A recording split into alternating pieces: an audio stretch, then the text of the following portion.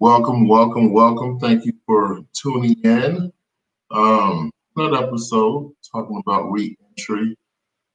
First of all, let me start off. My name is Louis Conway Jr. This is my page. I'm formerly incarcerated. And I decided to put out a series of videos kind of touching on some of the things that I needed when I was coming home from prison. I did 8 years in prison and I did 12 years on parole. Though those 8 years were those are some of the hardest 8 years of my life. The next 12 years on parole were just as hard. Being denied opportunities for housing, being denied opportunities for employment.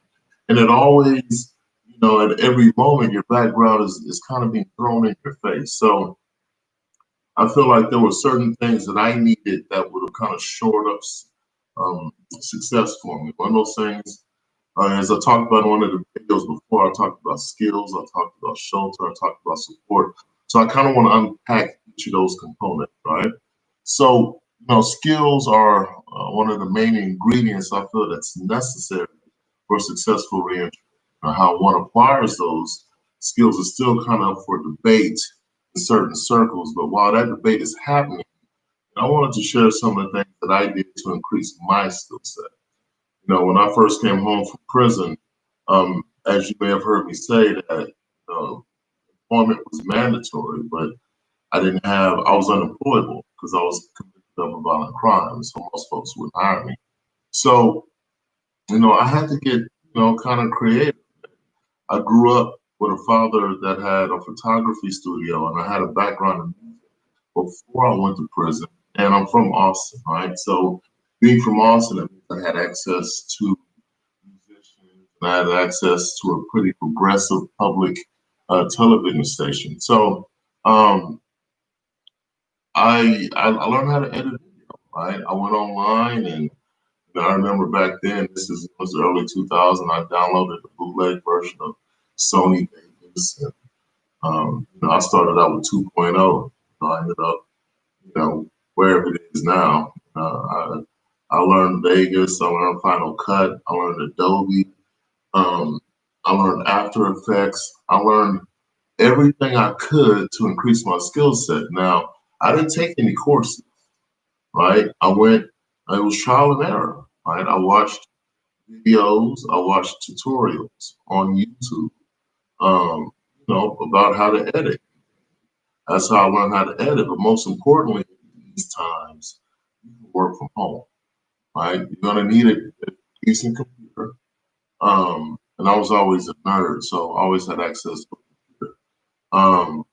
But I also had product that I could show my parole officer. I could say, go look on this website, or I could bring him, back then it was a VHS tape or a DVD. Now you just email them a link, right, of your work. The other thing I did was graphic design. That went right along with the video editing. I did CD covers, I did posters. Now, this is before social media was popping. So right now, really you don't even have to learn Photoshop like I did. Right now, that will help you out a lot, and I suggest that you do, but you don't have to. There are other, I guess you can call them apps. There's Canva, there's Promo. There's things that you can use now that can really, kind of jumpstart your graphic design career where the learning curve isn't as high. In these times, corporate folks, they need, designs for their Zoom events. They need flyers, organizations. They need someone that can handle their social media graphic work. So there's work out there. You just gotta increase your skill set. The other thing I did to employ myself and to build my skill set was marketing. Right, prior to prison, I had a background in music marketing when I came home from prison. I really dove deep into marketing because I saw social media as an opportunity. It's back when MySpace was popular. This is back before YouTube was what it is now. So now that these platforms, Instagram, TikTok, Snapchat, Twitter, those are all avenues where there are marketing ad campaigns that you can learn how to do, and you can present yourself as a marketing company to these other organizations that need you. Um, you know, that led to me building comm strategies because I already had a background in music. So I understood how to launch an artist. I understood how to launch a mixtape, right? If you will. So I just took the same skill set and I began to build comm strategies for organizations, comm strategies for churches. I put together church flyers. I did a movie for a church. So, once you learn certain skills, you can broaden that skill set or deepen that skill set as well. Um, and then, before I let you go, um, one of the last things I did was, you know, for 15 years, I didn't tell my story, right? And then I had a health opportunity. There are some videos where I'll talk about that. But, I wanted to tell my story, and I figured one of the best ways to tell my story was through a book. But, just like everybody else, I approached the book thing like, oh, wow, and I got to tell my whole story. And then somewhere I read or I heard someone say that, don't treat it like the book, treat it like your first book, right? And so that's what I did. I'm on my fourth book now. I'll share that with you later. But my other two books, three books, there's a link down below that you can check those out. But I watched a video of a 21-year-old kid that had published 7 of his own books. And I learned from him how to publish my own book. I learned how to start a publishing company. I did my own graphics, I did my own typeset. You don't have to do this, but this is what I did.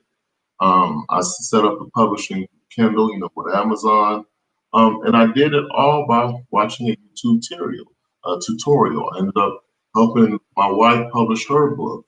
To consider publishing other people. We felt like, it's more important for us to get our books out there first and kind of get our feet wet. But anyway, as I'm talking to you about skills, I guess to kind of sum it all up, most of the skills I ended up using, I had to learn by trial and error. There were no skill-based opportunities in prison outside of welding and HVAC, right? Right, you talk that's gone to prison, they'll tell you that there's plenty of opportunities to learn welding, there's plenty of opportunities to learn HVAC. You come home and those companies won't hire you, right? So what do? When everything else dried up, you may be in a position where you can't afford a computer. You may be in a position where, you don't have access. When those times hit me, there was a point in my life where I was homeless. There was a point in my life where I lived in I slept on a concrete floor, a trap house. But one of the things that I did is I got my CDL. I didn't go to any classes. I didn't take any courses. I went, picked up the driver's manual, and I studied. And I went, took the test, and I passed, which gave me a learner's permit. Now, I didn't actually go get the actual driver's permit. All I needed was the learner's permit in order to drive dump trucks. So by me having a Class B license, as long as I had someone who's in the cab who had a license, I was good. If you wanted to take the extra step, you can go and rent a truck to take the driving test in, right? It didn't cost me anything. I mowed yards, right? I connected with a guy that he had a bunch of yards to mow, but he just didn't have time, but he had equipment. So, for a summer, I'd mow probably 30 yards a week all summer long.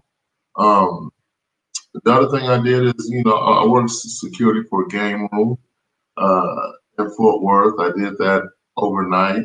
And, for 10 years of my life, from 2006 up to like 2016, I was a strip club DJ. I had a background in music. And the strip club didn't do any background checks, so I was able to work in the strip club. So I guess what I'm telling you is, and I'm speaking directly right now to people that's been in prison, as opposed to service providers or folks that work in policy, right? You gotta be creative about increasing your skill set, and you gotta kind of have a red line that you're gonna do whatever it takes to stay out of prison. And that's kind of what right? I just made it up my mind that I was gonna do whatever it took to stay out of prison.